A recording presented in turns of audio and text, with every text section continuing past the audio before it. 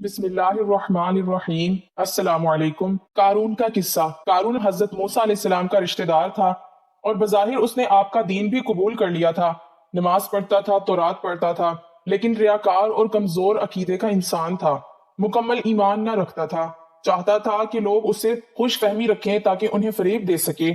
قارون فصلوں کو پیشگی سستا خرید لیتا اور بعد میں انہیں مہنگے داموں پر فروخت کرتا تھا، کم تولتا، دھوکے اور بے انصافی کرتا، سود کھاتا اور جتنا ہو سکتا تھا لوگوں پر ظلم کیا کرتا تھا۔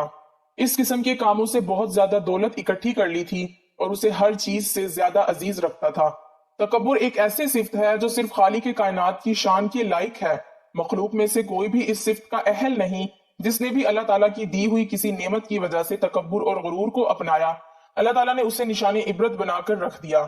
قارون کے ساتھ بھی ایسا ہی ہوا، جس نے دولت کی بنا پر گھمنڈ اور تکبر میں مبتلا ہو کر عبرتناک سزا پائی۔ ارشاد باری تعالیٰ ہے، قارون حضرت موسیٰ علیہ السلام کی قوم میں سے تھا اور ان پر تعدی و ظلم کرتا تھا، اور ہم نے اس کو اتنے خزانے دیے تھے کہ ان کی کنجیاں ایک طاقتور جماعت کو اٹھانی پڑتی تھی۔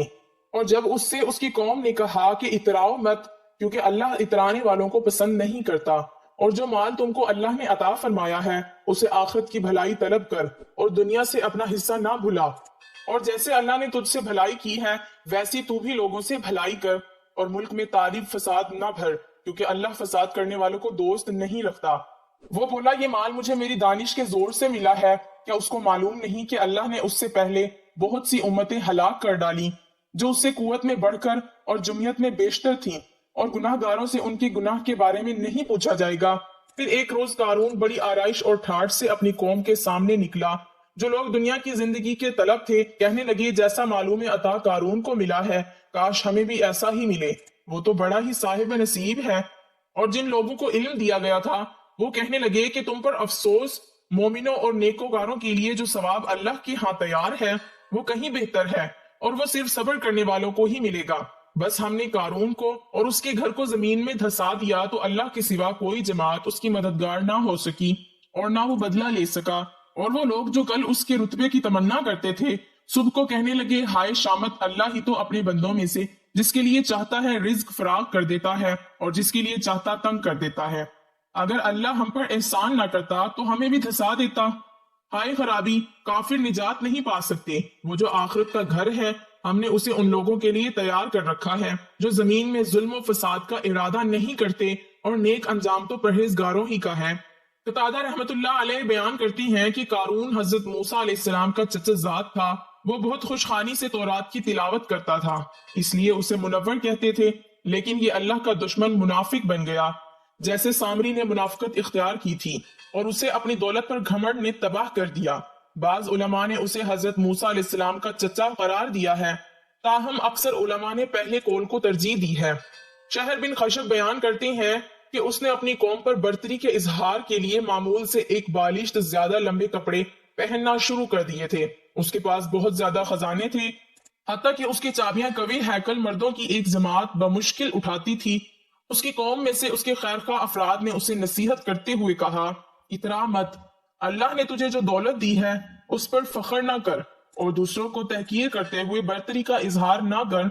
اللہ تعالیٰ اترانے والوں سے محبت نہیں رکھتا، اور جو کچھ اللہ تعالیٰ نے تجھے دے رکھا ہے اس میں سے آخرت کے گھر کی تلاش بھی کر، یعنی تجھے اس بات کی کوشش کرنی چاہیے کہ آخرت کا ثواب حاصل کرے، اور اپنے دنیاوی حصے کو بھی نہ بھول، یعنی اپنے مال کے ذریعے سے حلال اشیاء حاصل کر اور پاک حلال اشیاء سے لطف اندوز ہو، اور جیسے اللہ تعالیٰ نے تیرے ساتھ احسان کیا ہے تو بھی احسان کر، یعنی جس طرح اللہ نے تجھ پر احسان کیا تو بھی اللہ کی مخلوق پر احسان کر، اور ملک میں فساد کا خواہاں نہ ہو۔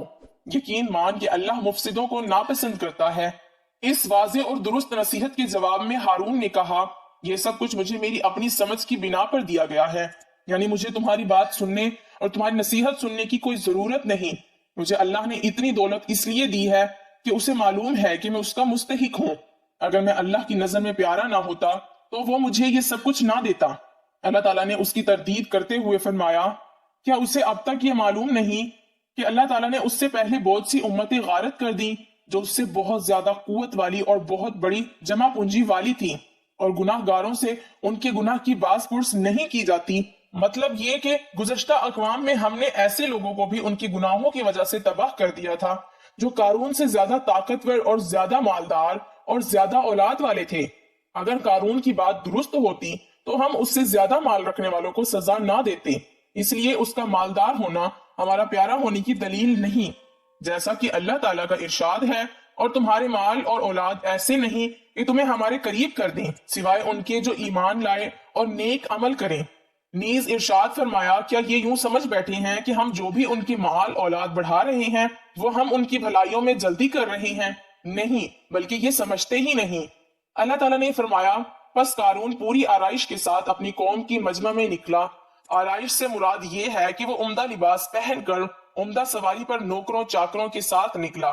دنیا کی چمک دمک کو اہمیت دینے والے لوگ اسے دیکھ کر رشک کرنے لگے اور تمنا کرنے لگے کہ انہیں بھی اس طرح کی شان و شوکت حاصل ہو، لیکن صحیح سوچ کے حامل عقل مند افراد ان کی یہ بات سن کر بولے، افسوس، بہتر چیز تو وہ ہے جو بطور ثواب انہیں ملے گی جو اللہ پر ایمان لائیں اور نیک عمل کریں، یعنی ان کو آخرت میں ملنے والے انعامات بہتر، عظیم، اعلیٰ اور باقی رہنے والے ہوں گے۔ اللہ تعالیٰ فرماتا ہے، یہ بات انہی کے دل میں ڈالی جاتی ہے جو صبر والے ہوں، یعنی اس حقیر دنیا کی ظاہری چمک دمک دیکھنے کے بعد اس نصیحت کو وہی شخص قبول کر سکتا ہے، اور آخرت کے بلند مقامات کے حصول کی ہمت وہی کر سکتا ہے جسے اللہ تعالیٰ ہدایت سے نوازے، اس کے دل کو قوت بخشے، اسے صحیح سمجھ عطا فرمائے اور اسے منزل مقصود تک پہنچائے۔ اللہ تعالیٰ فرماتا ہے، ہم نے اسے اس کے محل سمیت زمین میں دھسا دیا، اور اللہ کے سوا کوئی جماعت اس کی مدد کے لیے تیار نہ ہوئی، نہ وہ خود اپنے بچانے والوں میں سے ہو سکا۔ اللہ تعالیٰ نے اس کے فخر و تکبر اور قوم کے سامنے اس کے ٹھاٹ باٹ کے اظہار کا بیان کر کے فرمایا، ہم نے اسے اس کے محل سمیت زمین میں دھسا دیا۔ حضرت ابن عباس رضی اللہ تعالیٰ عنہ سے روایت ہے کہ قارون نے ایک فاحشہ کو مال دے کر اس بات پر آمادہ کیا کہ وہ مجمع عام میں حضرت موسیٰ علیہ السلام سے کہے کہ آپ علیہ السلام نے میرے ساتھ بدکاری کی ہے۔ اس عورت نے اسی طرح کہہ دیا۔ حضرت موسیٰ علیہ السلام اللہ کے خوف سے کانپ گئے، چنانچہ آپ علیہ السلام نے 2 رکعت نماز پڑھی، پھر عورت سے قسم دے کر پوچھا کہ اس نے یہ بات کیوں کہی ہے؟ اس نے توبہ اور استغفار کرتے ہوئے کہا، مجھے قارون نے اس حرکت پر آمادہ کیا تھا۔ اس وقت حضرت موسیٰ علیہ السلام نے سجدے میں گر کر قارون کے خلاف بد دعا کی۔ اللہ تعالیٰ نے آپ علیہ السلام کو وحی کے ذریعے سے فرمایا، میں نے زمین کو حکم دے دیا ہے کہ آپ علیہ السلام کے حکم کی تعمیل کرے۔ حضرت موسیٰ علیہ السلام نے زمین کو حکم دیا کہ اسے اور اس کے محلات کو نگل جائے، چنانچہ ایسا ہی ہوا۔ واللہ عالم۔ بعض علماء نے بیان کیا ہے کہ قارون پوری سج دج کے ساتھ قوم کے سامنے آیا۔ جب وہ حضرت موسیٰ علیہ السلام کے پاس سے گزرا تو آپ علیہ السلام قوم کو اللہ کے ایام اور سچے تاریخی واقعات سنا کر نصیحت فرما رہے تھے۔ لوگوں نے اسے دیکھا تو بہت سے افراد ادھر ہی دیکھتے رہ گئے۔ حضرت موسیٰ علیہ السلام نے اسے بلا کر فرمایا، تو نے یہ کام کیوں کیا؟ اس نے کہا، موسیٰ، اگر آپ کو مجھ پر نبوت کی وجہ سے فضیلت حاصل ہے تو میں مال کی وجہ سے آپ پر افضل ہوں۔ آپ پسند کریں تو ہم دونوں ایک دوسرے کے خلاف بد دعا کریں۔ حضرت موسیٰ علیہ السلام میدان میں نکلے، قارون اپنے لوگوں کے ساتھ نکلا۔ حضرت موسیٰ علیہ السلام نے فرمایا، تم دعا کرو گے یا میں کروں؟ اس نے کہا، میں دعا کرتا ہوں۔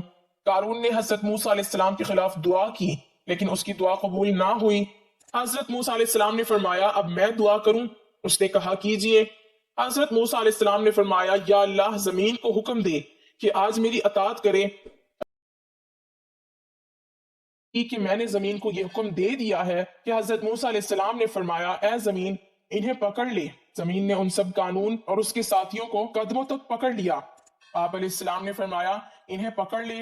زمین نے انہیں گھٹنوں تک پکڑ لیا، اس کے بعد وہ کندھوں تک دھس گئے۔ پھر فرمایا، ان کے خزانوں اور مال و دولت کو بھی لے آ۔ دیکھتے ہی دیکھتے سب کچھ حاضر ہو گیا۔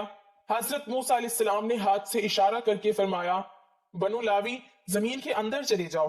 چنانچہ وہ سب نظروں سے اوجھل ہو گئے اور اوپر سے زمین ہموار ہو گئی۔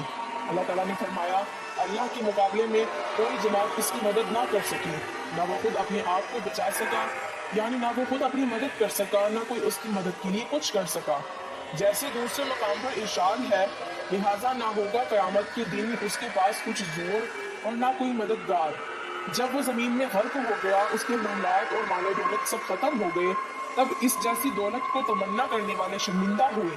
اور انہوں نے اللہ کا شکر ادا کیا جو اپنے بندوں کے لیے اچھے فیصلے کرتا ہے۔ اس لیے انہوں نے کہا اگر اللہ تعالیٰ ہم پر فضل نہ کرتا تو ہمیں بھی دھسا دیتا۔ کیا دیکھتے نہیں کہ ناشکروں کو کبھی کامیابی نہیں ملتی؟ اس کے بعد اللہ تعالیٰ نے فرمایا کہ آخرت کی زندگی دائمی زندگی ہے، جسے اس جہان میں خوش نصیبی ہوئی وہی قابل رشک ہے، اور جو وہاں محروم رہا وہی قابل صد افسوس ہے۔ لیکن یہ نعمتیں ان لوگوں کے لیے ہیں جو زمین میں اونچائی، بڑائی اور فخر نہیں کرتے، نہ فساد کی چاہت رکھتے ہیں، پرہیزگاروں کے لیے نہایت عمدہ انجام ہے۔ یہ واقعہ غالباً اس دور میں پیش آیا جب بنی اسرائیل ابھی مصر سے نہیں نکلے تھے، کیونکہ اللہ تعالیٰ نے فرمایا ہم نے اسے اس کے گھر سمیت زمین میں دھسا دیا، اور گھر سے بظاہر عمارت ہی مراد ہے، البتہ یہ بھی ممکن ہے کہ یہ واقعہ میدان طیہ میں پیش آیا ہو۔ اس صورت میں گھر سے مراد وہ جگہ ہوگی جہاں اس کے خیمے لگے ہوئے تھے۔ اللہ تعالیٰ نے قرآن مجید میں متعدد مقامات پر قارون کی مذمت کی، جیسا کہ ارشاد باری تعالیٰ ہے، اور ہم نے موسیٰ کو اپنی آیتوں اور کھلی دلیلوں کے ساتھ فرعون، حامان اور قارون کی طرف بھیجا تو انہوں نے کہا یہ تو جادوگر اور جھوٹا ہے۔ سورۃ عنکبوت میں عاد اور سمود کا ذکر کرتے ہوئے فرمایا اور قارون، فرعون اور حامان کو بھی ہم نے تباہ کر دیا۔ ان کے پاس حضرت موسیٰ علیہ السلام کھلے کھلے معجزے لے کر آئے تھے، پھر بھی انہوں نے زمین میں تکبر کیا، لیکن ہم سے آگے بڑھنے والے نہ ہو سکے۔ پھر تو ہر ایک کو ہم نے اس کے گناہ کے وبال میں گرفتار کر لیا۔ ان میں سے بعض پر ہم نے پتھروں کا می برسایا، اور ان میں سے بعض کو زوردار سخت آواز نے دبوچ لیا، اور ان میں سے بعض کو ہم نے زمین میں دھسا دیا، اور ان میں سے بعض کو ہم نے ڈبو دیا۔ اللہ تعالیٰ ایسا نہ تھا کہ ان پر ظلم کرے، بلکہ یہی لوگ اپنی جانوں پر ظلم کرتے تھے۔ زمین میں دھسایا جانے والوں تو قارون تھا، اور غرق ہونے والے فرعون، حامان اور اس کا لشکر۔ مسند احمد میں حضرت عبداللہ بن عمر رضی اللہ تعالیٰ عنہ سے روایت ہے کہ ایک دن نبی صلی اللہ علیہ وآلہ وسلم نے نماز کا ذکر کرتے ہوئے فرمایا جو شخص اس کی محافظت کرے گا یہ قیامت کے دن اس کے لیے نور، دلیل اور باعث نجات بن جائے گی، اور جس نے اس کی محافظت نہ کی یہ قیامت کے دن اس کے لیے نہ نور بنے گی، نہ دلیل، نہ نجات کا باعث بنے گی۔ وہ شخص قیامت کے دن قارون، فرعون، حامان کے ساتھ ہوگا۔ اللہ رب العزت ہمیں بھی غرور اور تکبر اور ریاکاری سے محفوظ رکھے، آمین۔